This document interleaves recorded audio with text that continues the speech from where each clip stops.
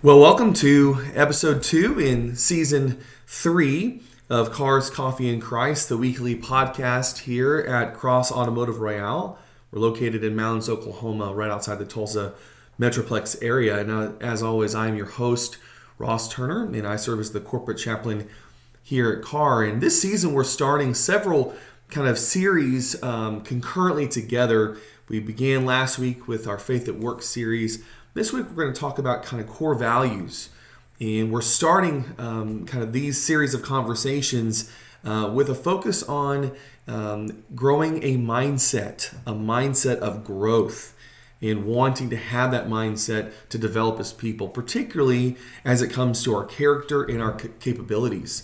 And this is going to be, I think, a fun and helpful conversation. So no matter what place that you find yourself, whether of employment or vocation you find yourself in, I think this will be helpful. These are biblical principles, have universal value for anyone. So with me today, we're on a Monday here. We're going to do a few episodes this week. We're starting on an early Monday morning. We have our coffee.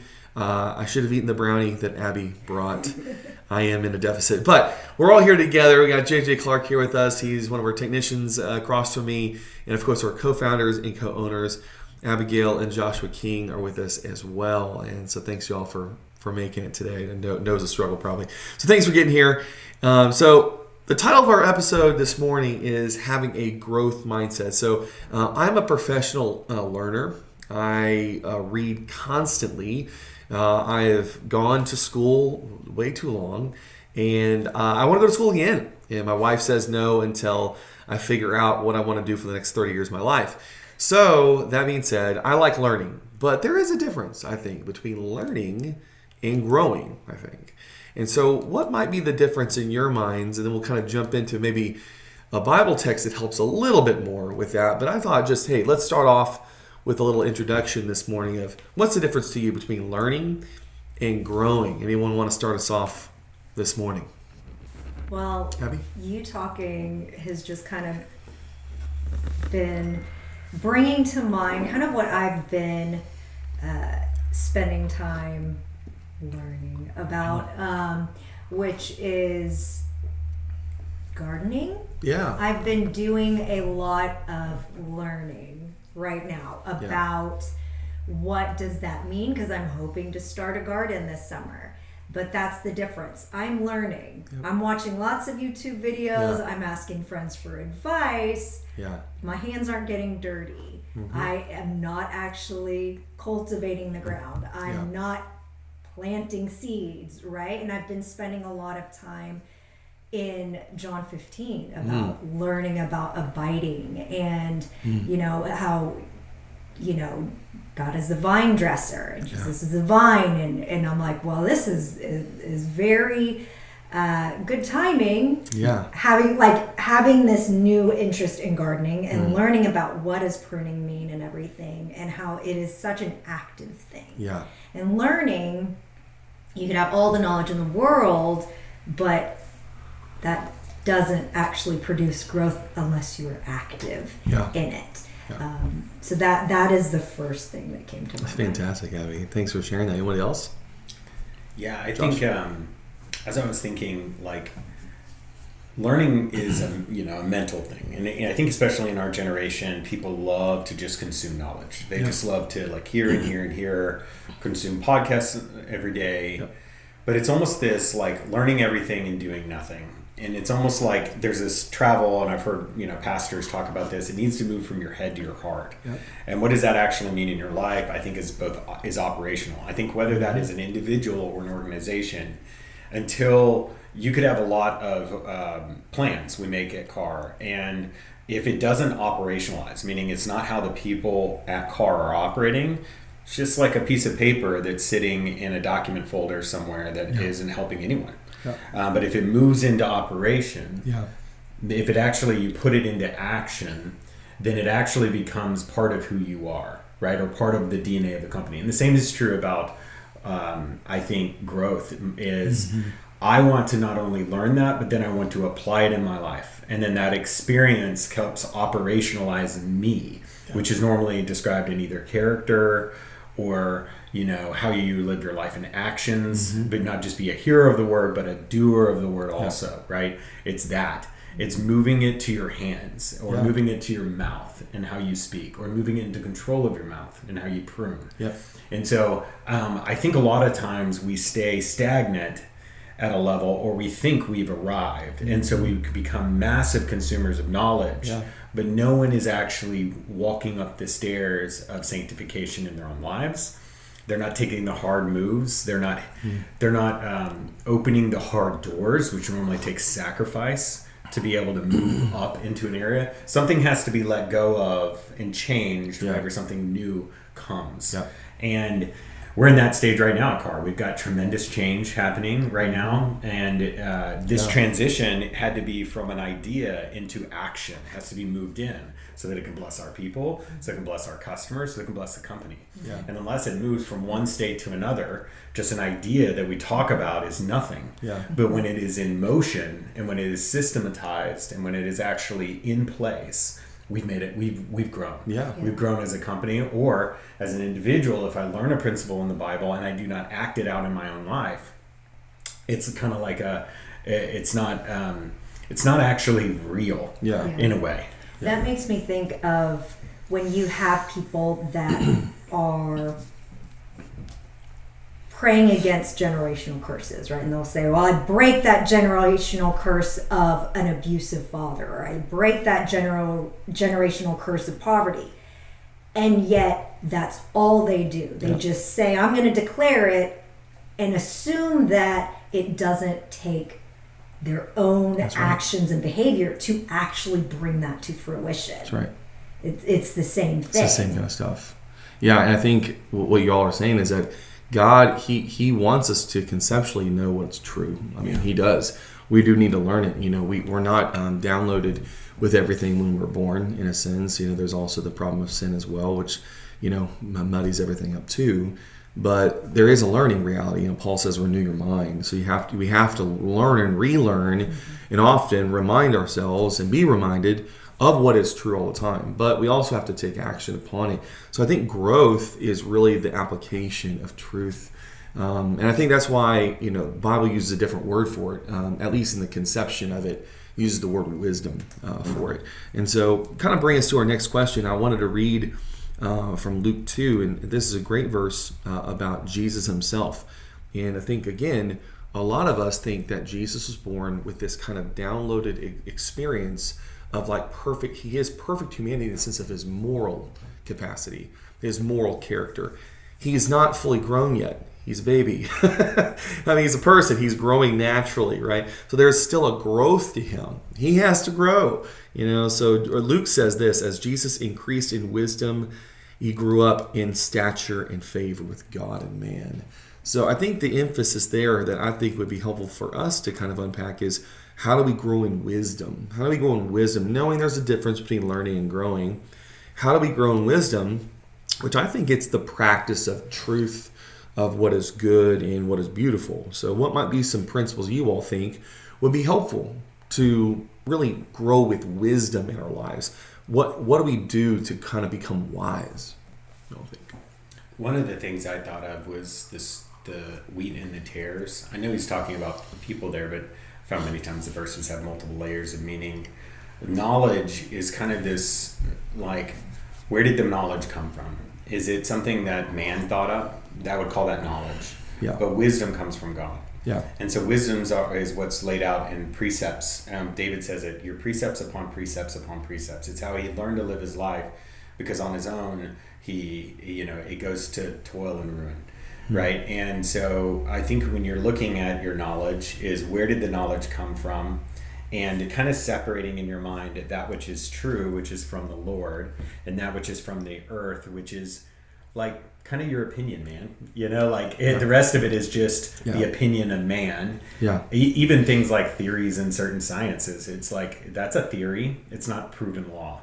Does that make sense? There's a difference there. You can't blend the two. Yeah. But we tend to, in society, be so eager for knowledge that we regard what is theory as truth when it's not really truth. It's a theory, and it isn't proven as law every single time, whereas the Word of God is true, meaning it is a law. as it's spoken and as it's said from God. Yeah. And so and it'll never go untrue. And so then therefore it's just like gravity to us. And so I think in my mind I try to separate, okay, I can bank on these things. Yeah. And I can, so separating the wheat, that which is profitable, from the tares, that which is unprofitable.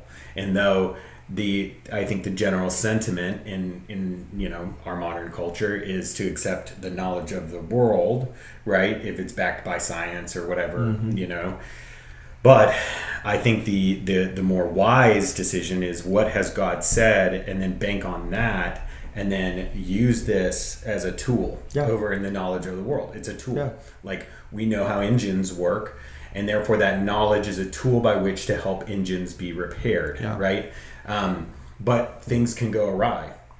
What I can bank on is that God is with me and works all things for my good, which is a law of the kingdom, right? So then I know, regardless of if that engine burns up on me, that God will use it for our good. We just had this happen, on last week. We had an engine, stall out, but it could be an opportunity for a more profitable build for us as an organization. So the Lord used it for good, even if it was a hard situation that occurred.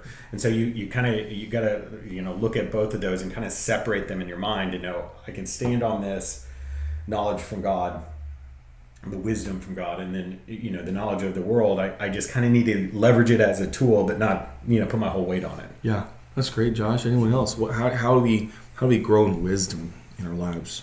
Anyone else? There's an aspect of humility. Yeah.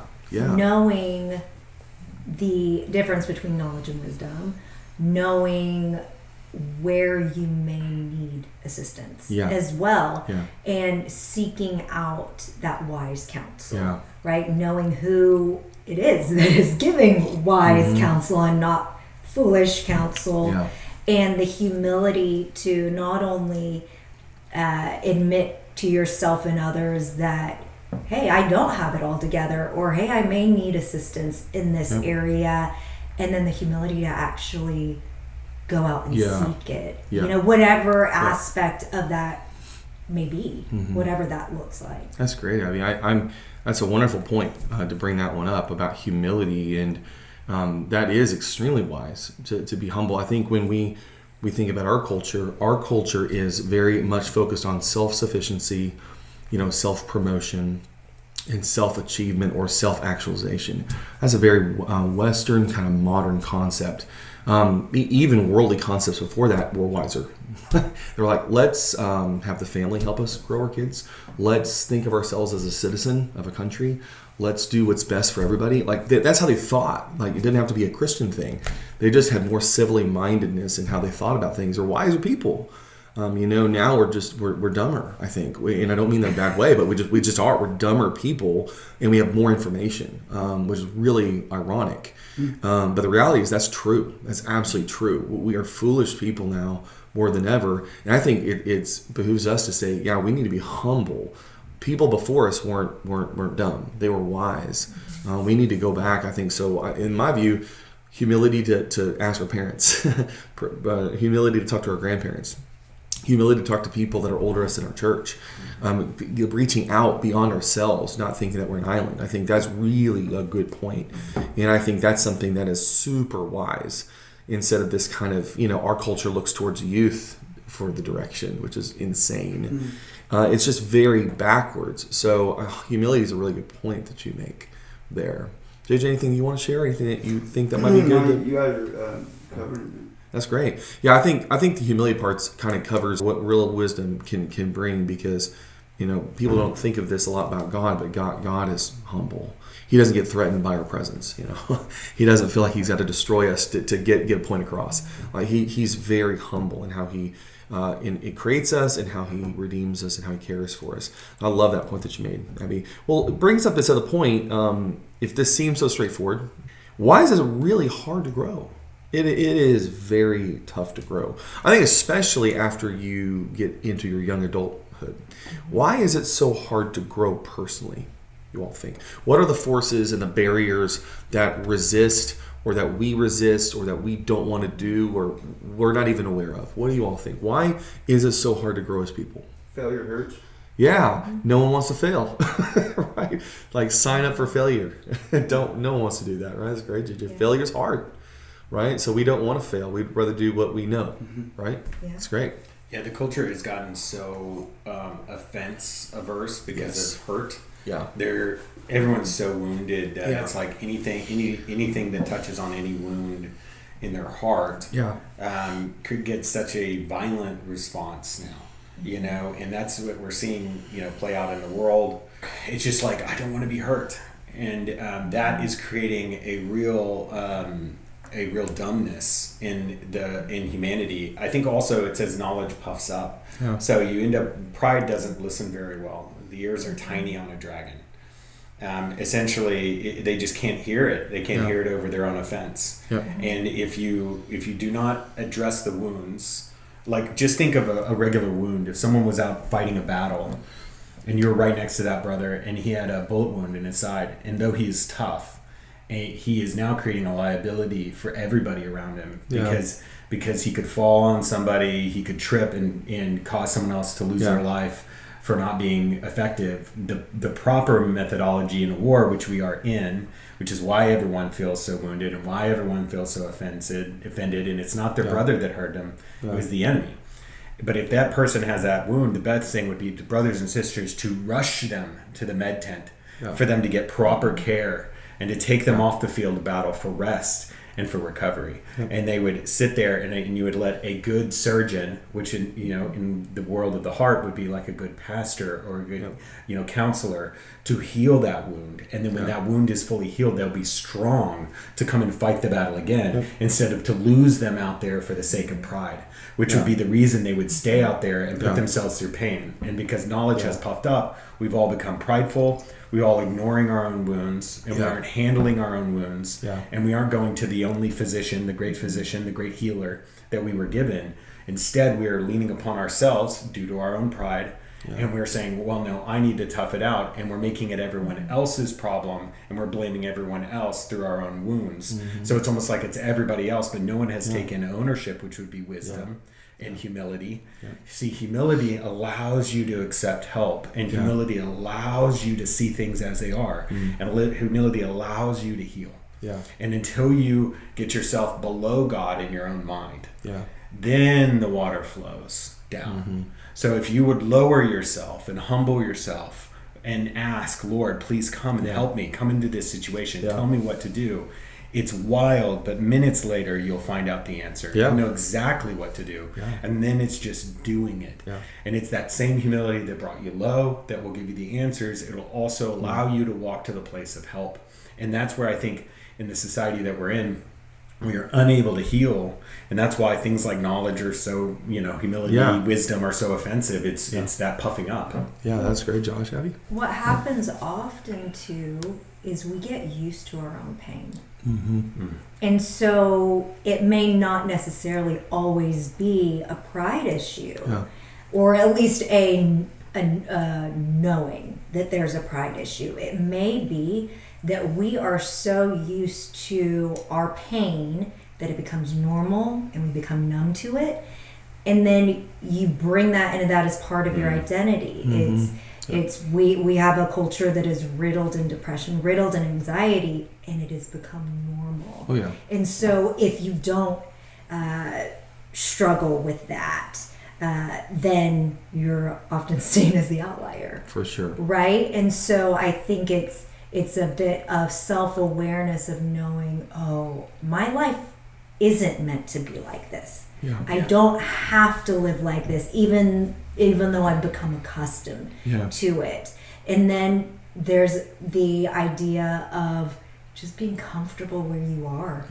Being comfortable in whatever state you are, whether that is a state of pain, a state of depression, state of anxiety, or it's a state of apathy, and being okay with not growing, because growing does involve engagement, and it does involve struggle sometimes, and it's not always easy. And so do I want to put in that effort of getting out of my comfort bubble?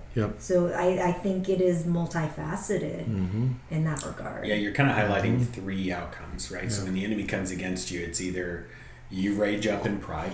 So when adversity comes against you, you rage up in pride, and everyone's the problem but yourself. The second one is that you agree with that enemy and you bow to them and you just accept and get used to the pain, and you just kind of cower and get beat continually, and you've accepted it, and you beat yourself up, and you attack yourself over and over, and you agree with those things that are being told to you in your mind.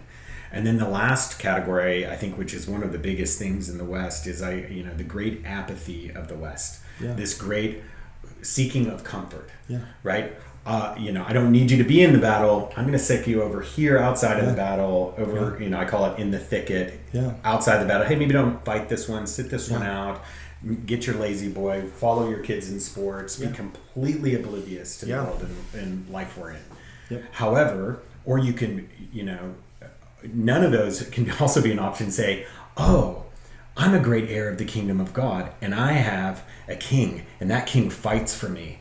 And I don't need to fight this battle. I will let the Lord fight on my behalf. Vengeance is mine, says the Lord. And so I will then use that wisdom to say, no, I will humble myself and say, I need help. I feel overwhelmed in this situation. Lord, please step in. And that is actually the place. There's a fourth option that no one even knows is available. And it's not just salvation. It is the life we live. And it's the great inheritance of being a son, image bearer, or daughter, and inheritance of the kingdom of God. That is part of the inheritance that Jesus died for on the cross. It wasn't just salvation. It was victory. And that victory needs to be reclaimed daily through humility, not through pride. I think there's just, we could go on for a while to see how many barriers there really are, I think, to growing. I think there's, like you said, there's this kind of inertia that we're all struggling against of, like, it's easy to lay down and walk, It's easier to walk than run. There's just kind of this ease and comfort. And again, it's the goal of outsourcing our whole lives to other people that the West loves to focus on, which is part of losing wisdom and becoming this kind of self-sufficient thing where basically everyone serves us. We pay them, to cut our grass, to cut our hair. I mean, it's just kind of nuts if you think about it, if you really think through all that. But there's also the reality of, like, the adversity towards pain. And I think the idea of what's the difference between pain, what's discomfort, and suffering are pretty different in some ways.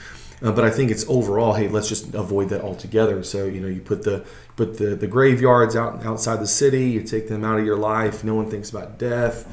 Doctors only when you feel super, super bad. It's just, you can see how people don't want to grow or face reality, or they want to, all, the most famous movies are all fantasies. Everything's an escape, kind of things like this. I think it just shows that to grow is really a miracle, I think, is what I'm trying to say. It really takes God intervening in our lives to say, hey, this is the better path. And he does that by making us suffer. I hate to say it like that, but that's just true. I think he does it by absolutely kind of intersecting with our life and say, this is a better way. I'm going to jar you here. I'm going to pull you here. So this is what Jesus experienced himself. I'm going to read a few verses here from Hebrews. It says that it was fitting for he, for whom and by whom all things exist, to bring many sons to glory, should make the founder of their salvation perfect through suffering. Then it says, in the days of his flesh, meaning his human life on earth, in his mission here, Jesus offered up prayers and supplications with loud cries and tears to him who was able to save him from death, and he was heard because of his reverence. Although he was a son, he learned obedience through what he suffered. So if Jesus grew this way, this seems to be how we are called to grow too. So what role should suffering and trials positively play in our growth as people, not just Christians, just as people, though also as Christians? What do you all think? How should they affect us positively? I think it just goes back to that verse where it's like the consider it all joy, my brothers, when you run through trials of many kinds, and then the ultimate is that it produces character. Right. And I don't know why that is the case. I don't know why the most major faith breakthroughs in people I know is through pits of despair. For me, it was like my absolute rock bottom. Why does it take the human soul? I think this is one of the great mysteries of us, maybe, and God, and is like, why does it take this great hardship to break us, and then from the breaking be rebuilt. Now, it's literally how they train, soldiers in the military. Yeah. In order for them to become part of something greater, they have to first be broken and then built up layer by layer. And it feels like our soul is the same way, and that great hardship that comes in boot camp, they essentially rises you up, and there's these hammers that just fall in everyone's life. And I would love to find a way to short circuit that process so that people don't have to go through the pain, but I have just not seen it. Does that make sense? It doesn't mean I'm a fan of the suffering or want the suffering to occur. Yeah. I just haven't seen another way it happens other than a hammer falling and a humility occurring. Yeah. And then from that humility is fertile ground and life springs up. And I just don't, I do feel like it's a condition, like a human condition that I don't fully understand. I think it is a really good observation. There's my favorite book apart from the Bible is Pilgrim's Progress, and there's this scene that he calls the Valley of Humiliation. And in the first book, the guy is basically stumbles and falls down the hill, and it's a really bad experience because he got humbled, is what it's trying to say. And then in the second book, his wife takes the journey, and she kind of slowly walks down the hill, and she doesn't get beat up, but she still humbles herself. See, but what it's saying is that everyone has to be humbled. Everyone who follows that path has to be humbled. It doesn't always have to be a really bad experience, is what it's trying to say. But you will have to be humble if you want to walk this path. I think because you said it's a condition. Yeah, it's the condition of sinful pride. And so we have to be humble to see the Lord who's above us. But yeah, to grow as people, I think maybe from just a human standpoint, we all think we're islands. And so we have to be like jarred into this reality that we need other people to do something. So I think that's part of it. But the other part of it to me is the idea of we're up here on this perch, whether we know it or not, and God has to bring us low to grow us. I think it's just absolutely what has to happen. My favorite character, because I'm like him in the Bible, is Moses. I've said this before. Look what happened to this guy. I mean, this guy was a great man of God. I don't think he was setting out to do something necessarily wrong in his life, but he really thought he had it all together and he knew everything to do. And he had to go into the wilderness for 40 years to figure out a better way. I mean, it's just nuts to think about that. Yeah. But anyone else, why should trials be helpful for us? Suffering be helpful? Why does it have to be this way? Anyone else? I think if they weren't meaningful, it'd be a very depressing life. Yeah. To not have some kind of hope that even through suffering, at least something can come out of it. Even if you are not a believer, if you have that understanding that, hey, maybe my character will grow from this. Yeah. Maybe, maybe something good will happen. Yeah. Knowing as a believer, knowing that our hope is in Christ is helpful. Yeah. But in general, it would be very depressing to have a life that is just suffering and nothing else. Well, I think you hit it. That's a really kind of a profound way to think about it, Abby, of thinking that suffering kind of in a vacuum of some kind. I won't name the religion, but there are several religions that believe this, that life is just suffering, and that's just not true. Suffering is a condition from some general fall from grace. It's not from our personal sin necessarily, but it's just the condition of the world we find ourselves in. So we're all suffering in some sense. It's a better way to think about it is that all of us are sinners and sufferers at the same time. So we're not just one or the other. I think the church sometimes makes everyone feel like they're just sinners. And the world just kind of makes you think you're a sufferer. But the Bible is saying, no, actually, we're both of these things, right? We're suffering in some sense, but we're also sinners too. But I think when we identify more with that, then we can see our need for Christ better. And I find it so hopeful. Like you're saying, it's very hopeless if you think of it as only suffering. I find it so hopeful to know that Jesus didn't just grow through his sufferings. He suffered ultimately for me too. So he didn't say, go suffer and hopefully you'll make it.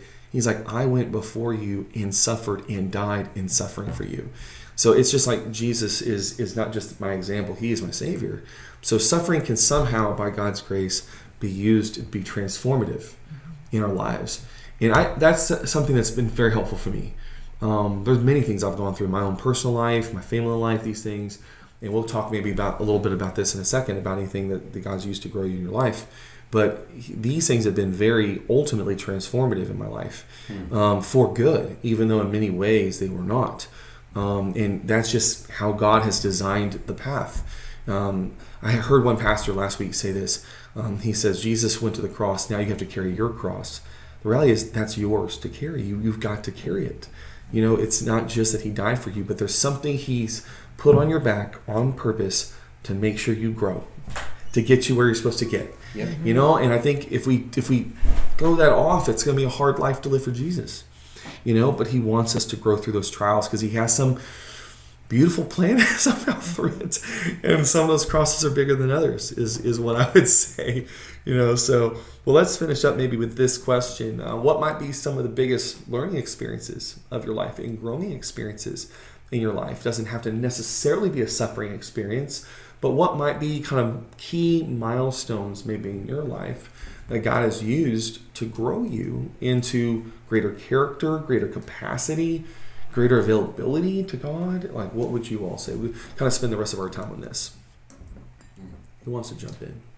Well, I was saved at a low point in my own life where I had kind of dug my own hole and, had to, get to that point. Yeah. Save me in a drunk tank, trying to be a poser, extreme Royale, I guess, and really self-indulgent portion of my life. And I realized that everything I had been doing was, forfeit and ransack. Like it was just driving my life into the ground. And, the way I felt, the way I was, not being, authentic or, speaking honestly to others, the eventual road it would have led to, regardless of, the way that you look at it, I had to go through the valley of humiliation, right? And that valley for me was what brought me to the Lord. And then from that, he had to tear down a bunch of other walls. So it's almost like, man, I had a wrecking ball hit my house. And then I also needed to tear down these other walls too. So I needed to, I needed a demo day for my life over the course of, in a process where we really spend a lot of time together with the Lord was, at your little table, I like to say. And I learned there how to unravel thoughts that the world, that sounded good, but were fruitless because they were in conflict with the Lord or his word. And I had to accept the whole Bible wholesale and rip down the rest of the walls, which essentially the Bible acted like a demo. That's why some people don't like demo. No, don't break down that wall. No one I really like that wall. That's super self-indulgent. Demo day. Makes me feel good. I've put my identity in that wall, and it needed to be torn down. And so that process of tearing down is so that he's like, but if you saw the plans, if you saw the blueprint of this other house I'm going to build, you would be very fine with that. But because we can't see the what is around the corner, because we haven't asked really the Lord to reveal the great plans he has for life, which I've found he will share openly, that you are living in fear, uncertainty, and doubt of everything that you are giving up, which is a far lesser, broken down home compared to the mansion he would have you build. And I think even when Jesus says in the Bible, I go before you to prepare mansions, I think he's talking about our lives here and our lives there. I think the houses in heaven are just a picture of the house, ourselves that he wants to build here. And so that they could actually fill that house there, that we'd have enough character, that we'd have enough worth, that we would be of great value enough. And he tears down that little shack that you protected so much so that he could build you into a mansion.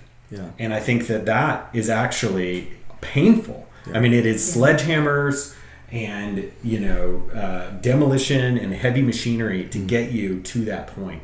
And so I think it's just really important to realize that's really the journey at the beginning of your Christian walk. And not a lot of people talk about it. Everyone wants to make it sound fun and exciting, which it is. But if you are thinking about the great mansion you're building right now. Well, like you're saying, to piggyback for a second to anyone else, I'd love to hear more from you all.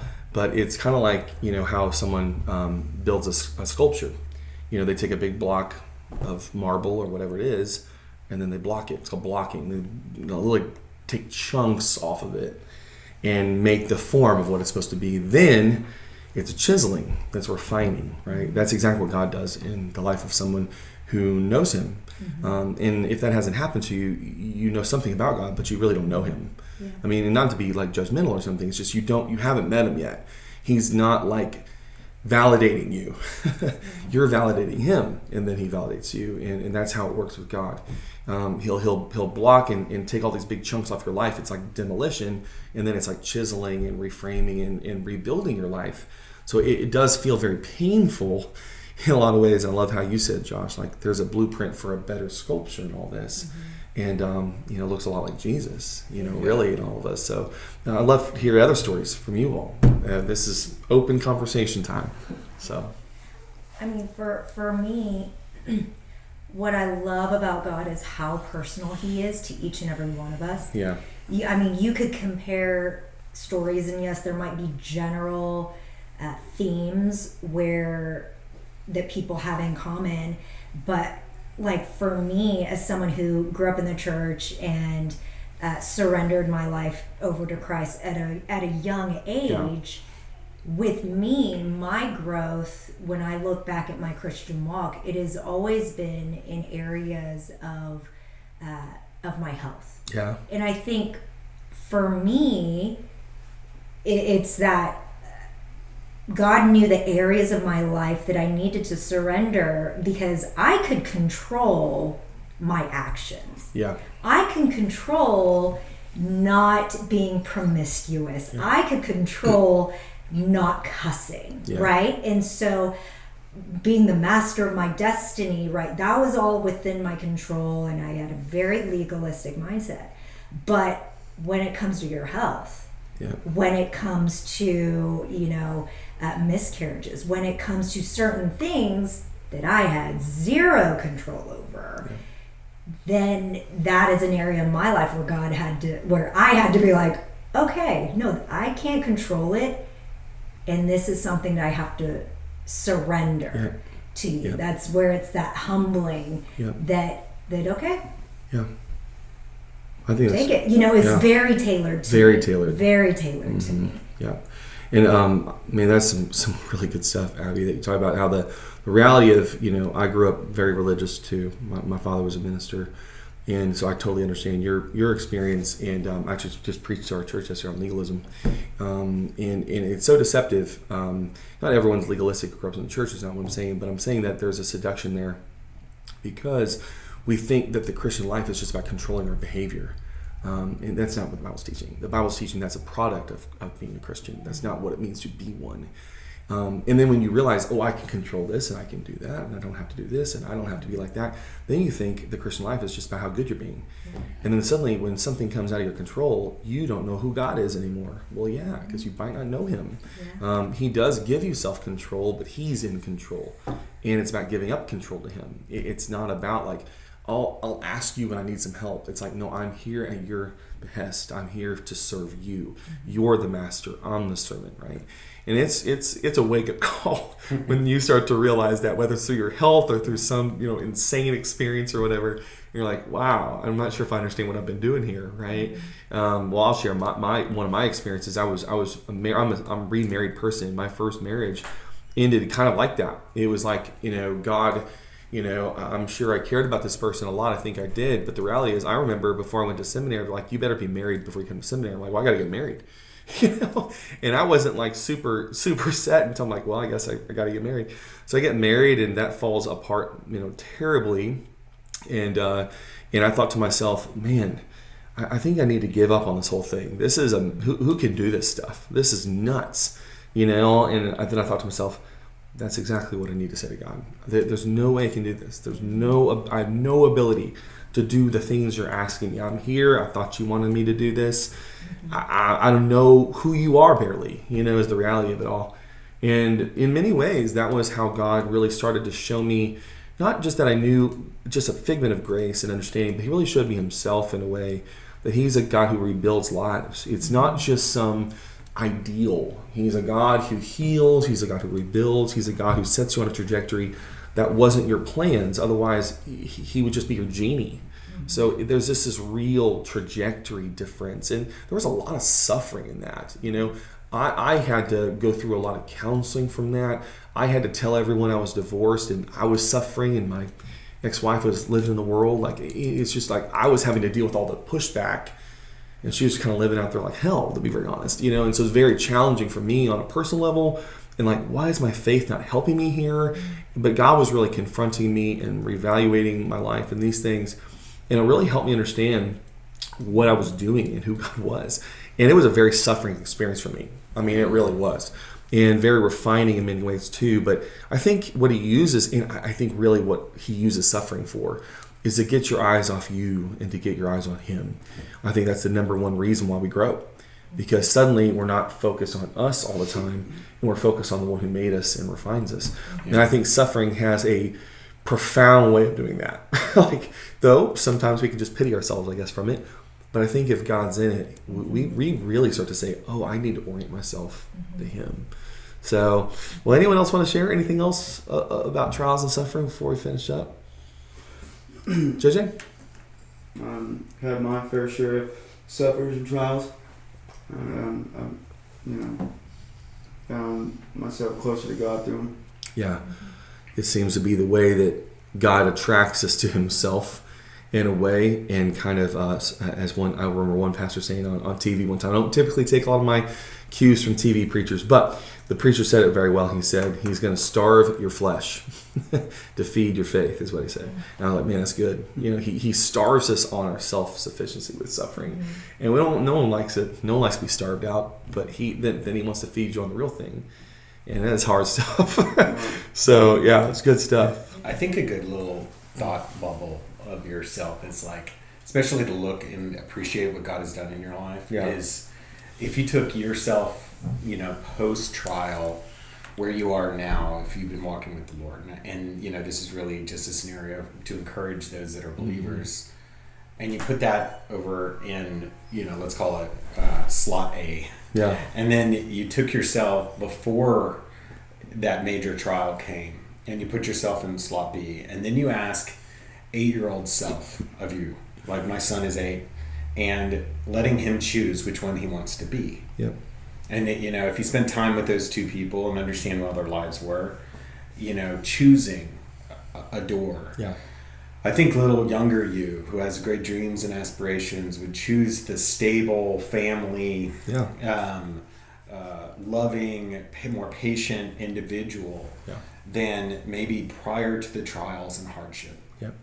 And you could see the great fruit of that, because no one grows up wanting to be at rock bottom or running to rock bottom. Yeah. But you dream of the things that are healthy for your life and are fulfilling and exciting. And I think that if you look back on your life in that way and just say, what would 8-year-old me really choose? I think you could see a great ease of decision there in the mind of younger you. But it's hard to see that in the tracks and through all the hardship and everything you've walked, being older you, looking back, because you had to pay that price. You had to be through that motion.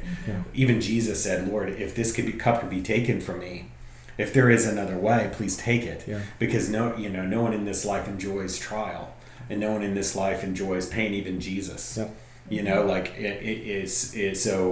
So I think it's hard to see on the other side of it, but I think, again, if you ask Jesus right now on the other side of it, if he would have done it again, he absolutely would. Yes.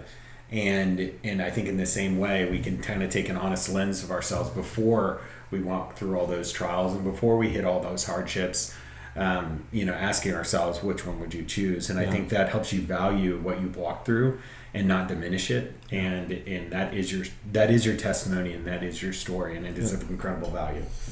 It's just such an encouragement to hear you all share about these things, and to talk about having a growth mindset. I think is really understanding that it takes wisdom to grow, willingness to grow, and a want all the time to grow, but also God's intervention. It takes the Lord showing us the better way, not just kind of something we come up with ourselves.